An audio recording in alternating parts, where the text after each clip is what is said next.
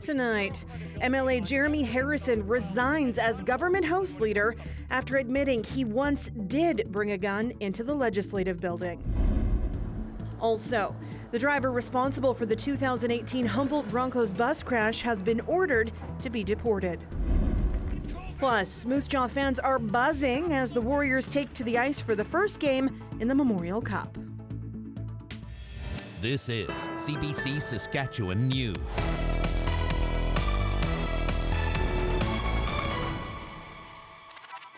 It is Friday, May 24th, and the CBC Saskatchewan News starts right now.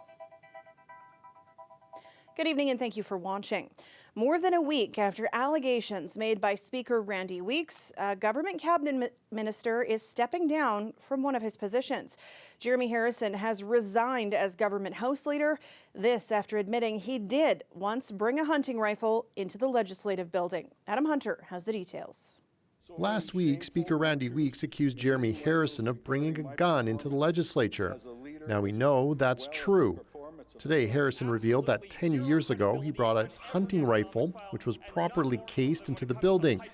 He did not tell the Premier that information. Harrison spoke to the media in Meadow Lake today.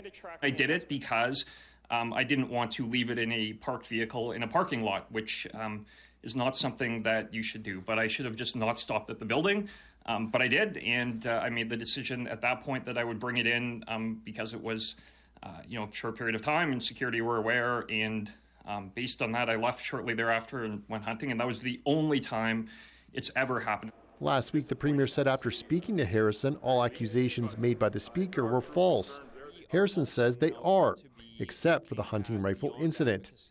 He released a statement saying, quote, "I apologize for this lapse in judgment and for not advising the Premier of this one occasion immediately following the Speaker's statement.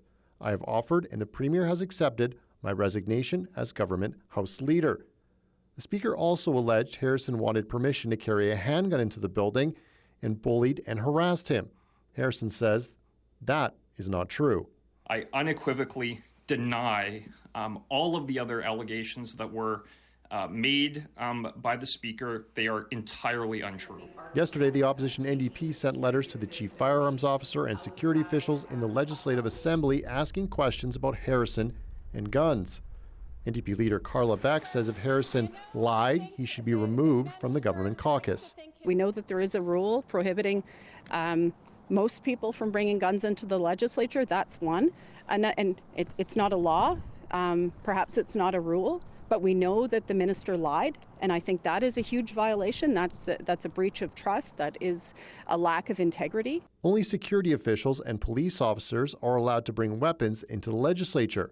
Anyone else would be in breach of the Legislative Assembly Act. It's unclear if Harrison will face further consequences for violating the act.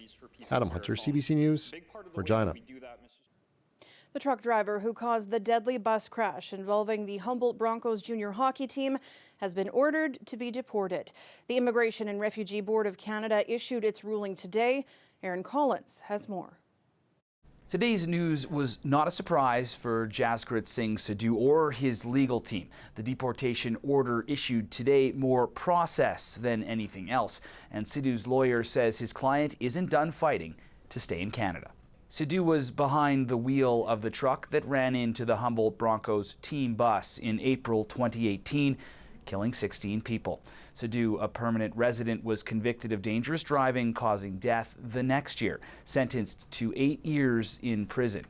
Those two facts, Sidhu not being a Canadian citizen and his conviction for a serious crime, made today's deportation order mandatory, and one that can't be appealed.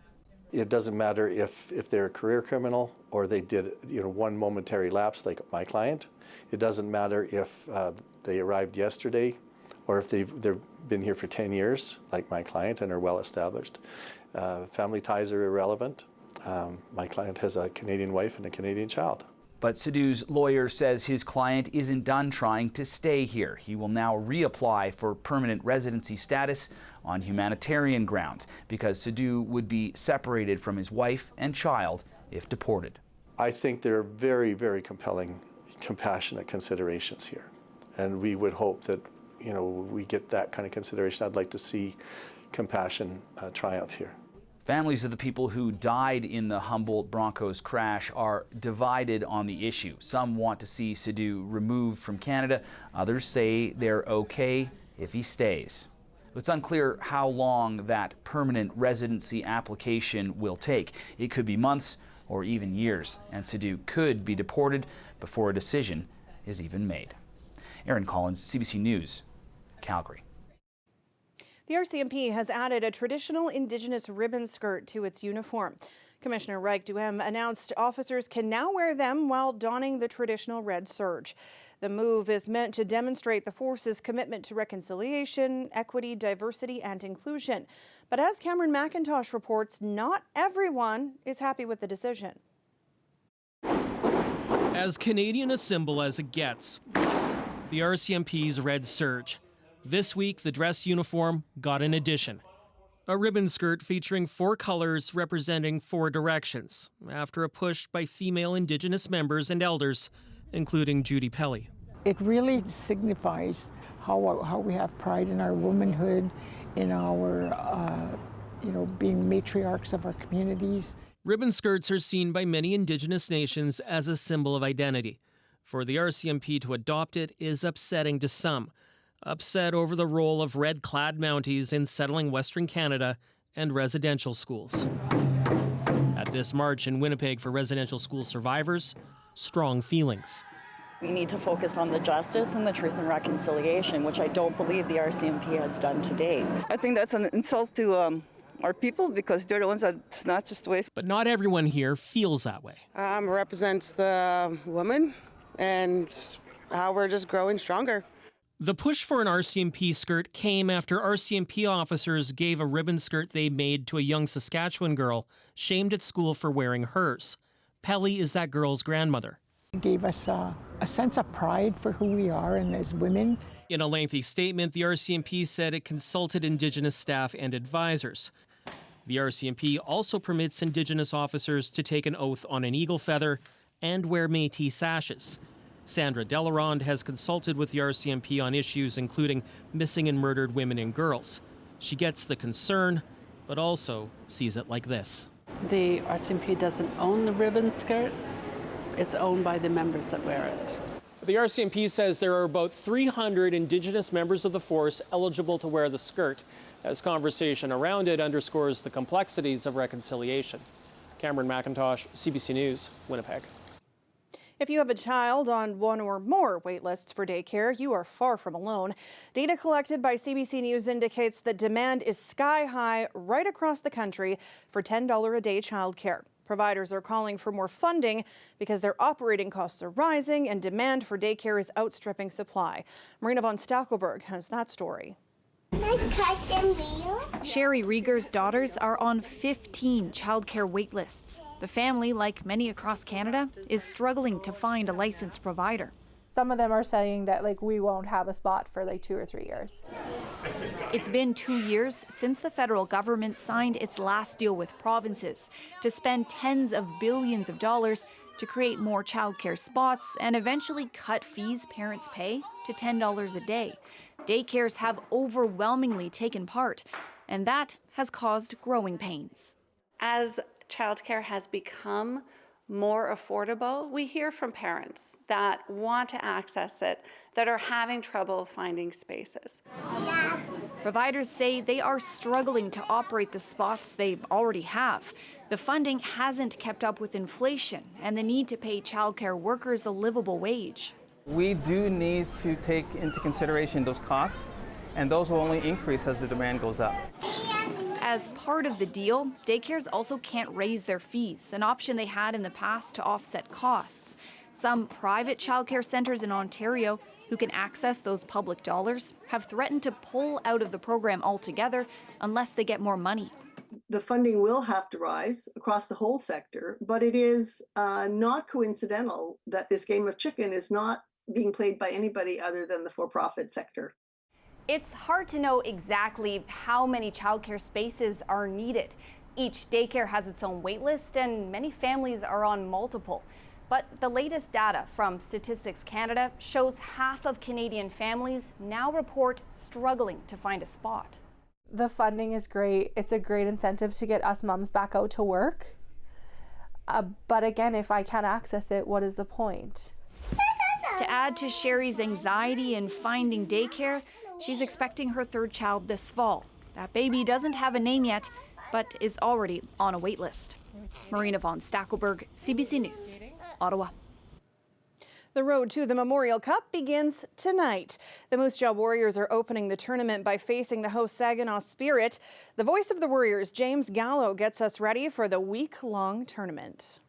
I think it's really interesting. And don't forget Saginaw, the host team, right? This is a really good team. Of course, Drummondville won the Q, the London Knights won the O, and then Saginaw, who had one of their best regular seasons of all time, they lost to London in 6 games in their conference finals. So maybe off a little bit longer than the rest, but it seems like a really good feel. I think it's you get a little bit of something different from every team, from my understanding. So it is going to be a good test. And it's unique to play teams that you've never seen before, right? And you may never see again. And it's just a one-time shot. The short turns, every shift just gets so magnified because it can be the difference between, moving on or heading home early. You size the teams up. I think when you look at the star power, Moose Jaw isn't lacking compared to the other teams. And of course, that's led by, Matejchuk, Furcus, Yager, and Savoy. Those are the big 4. It's no offense to everybody else, but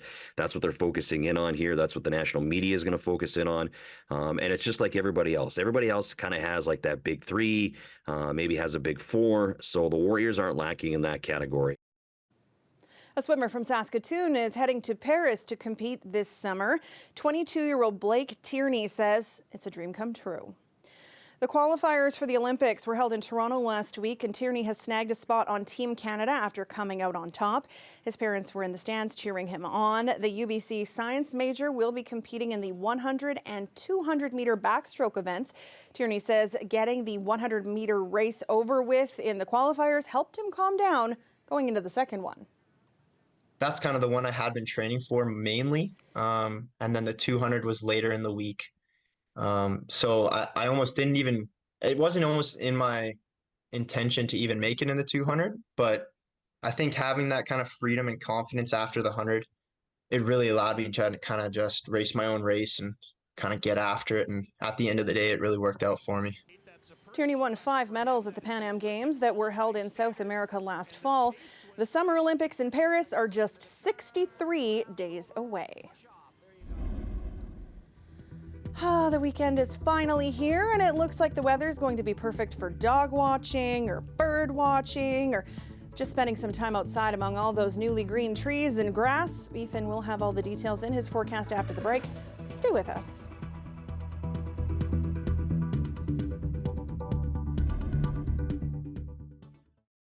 This weather update is brought to you by Crestview Chrysler Dodge Jeep Ram, proud member of the Capital Automotive Group.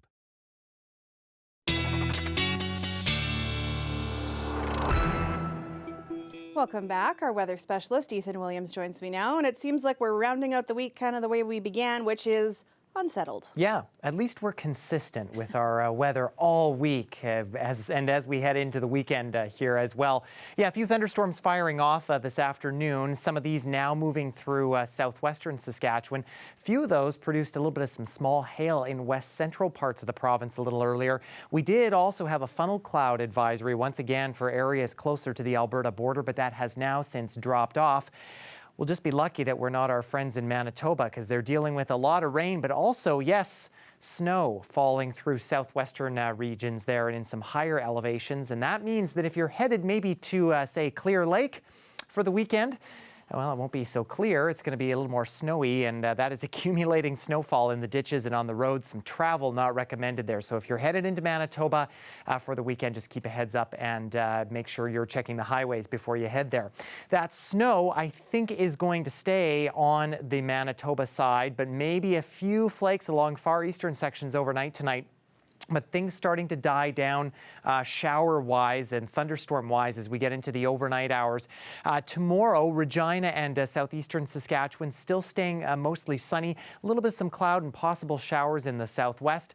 Things clear out in the north for Sunday. For northern and central Saskatchewan, I think will be in the clear. But Sunday in southern Saskatchewan, especially along the Trans-Canada corridor, this low-pressure system out of Alberta likely going to be bringing through a few showers and otherwise cloudy skies. Monday is when we get some more substantial clearing. Any of those storms coming through tomorrow, though, should stay on the non-severe side and very similar to today. It would just be some small hail and some gusty winds and maybe some locally heavy downpours. Funnel cloud threat, though, I think stays in Alberta tomorrow. Over the weekend, maybe in the range of 5 to 15 millimeters. Going to really depend on where those showers fall, and that's primarily isolated to southern Saskatchewan. Central and northern sections going to remain mostly rain-free. The reason we've been in this pattern for so long now is partly because of our jet stream far to our south, and it hasn't really moved all that much.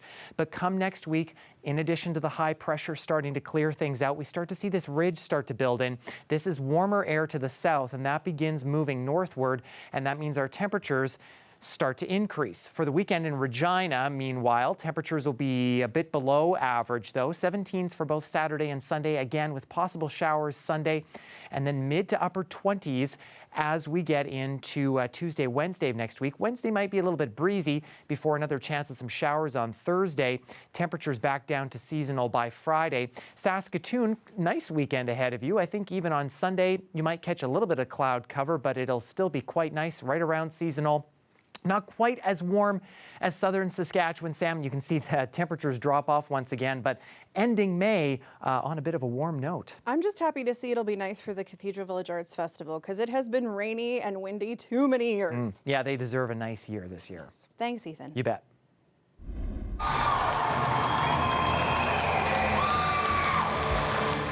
Cody First Nation unveiled its new recreation complex yesterday, complete with a new arena, exercise area, and office space. It's been in the works since 2021. That's when the old arena was starting to fall apart and parts needed to maintain the rink were harder to find. The inaugural skate was part of the opening ceremony. Chief George Cody says the facility will promote a healthy, active lifestyle. He says it's for members of all ages and people in neighboring communities as well. We'll be back after the break. Big hoods, lots of freezers and coolers in the...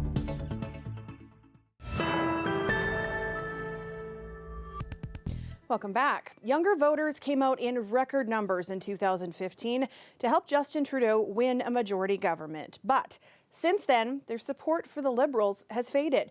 Millennial and Gen Z voters could make up close to half of the electorate in the next campaign, and that has the Prime Minister and members of his caucus trying to find new ways to win them back. Ashley Burke has the story. Just try to come around further away from the camera. These Gen Z staffers work for Employment Minister Randy Boissonnault, but in this case, they're calling the shots. And then am I smiling or am I just walking by you? I'm going to say with confidence you're walking away.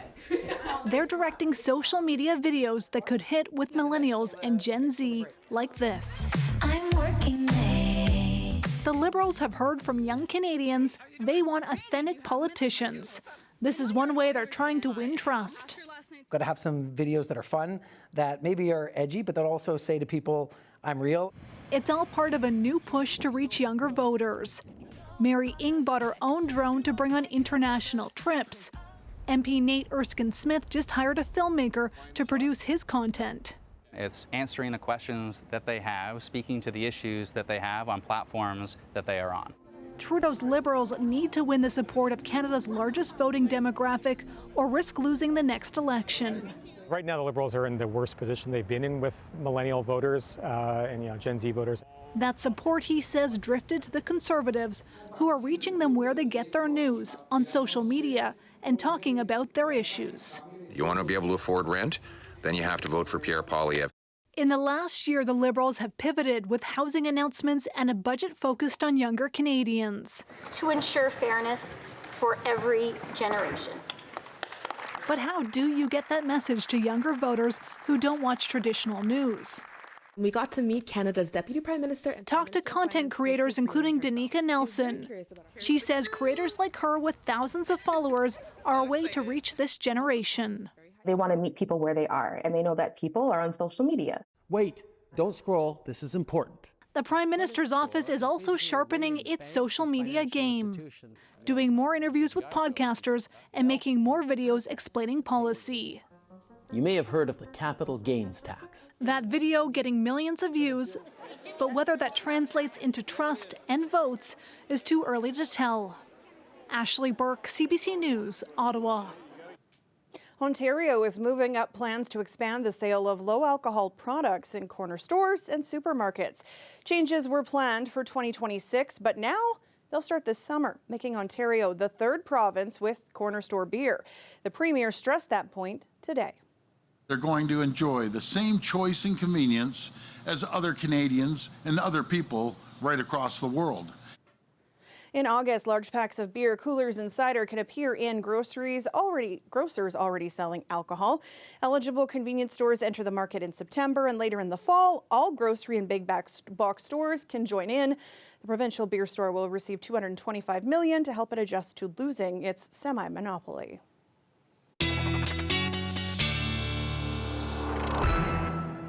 And Ethan is back with one last look at your weather. And it may just be clear enough tonight in both Regina and Saskatoon that you can see the big May full moon, the flower moon, which is in full bloom itself this weekend. Regina will be mostly clear at the midnight hour at 6 degrees, dropping down close to freezing though, so there is another risk of frost again.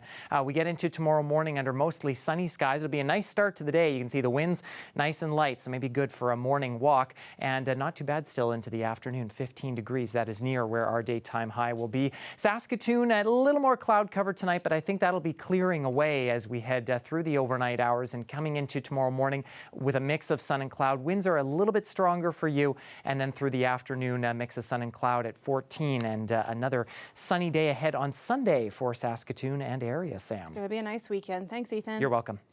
And before we leave you for the weekend, Australia's biggest festival of lights started today, turning Sydney's harbour, landmarks, and cityscape into a showcase of creativity and innovation.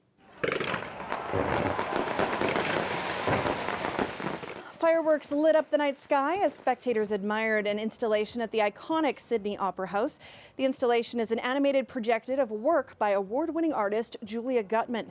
The annual festival runs until June 15th. More than 3 million people attended the festival last year. Just another reason to go visit Australia, I guess. That is it for us tonight. For News Anytime, you can head to cbc.ca/Sask. You can subscribe to our YouTube channel or download the CBC News app on your phone or tablet. Thanks so much for watching. Have a lovely weekend.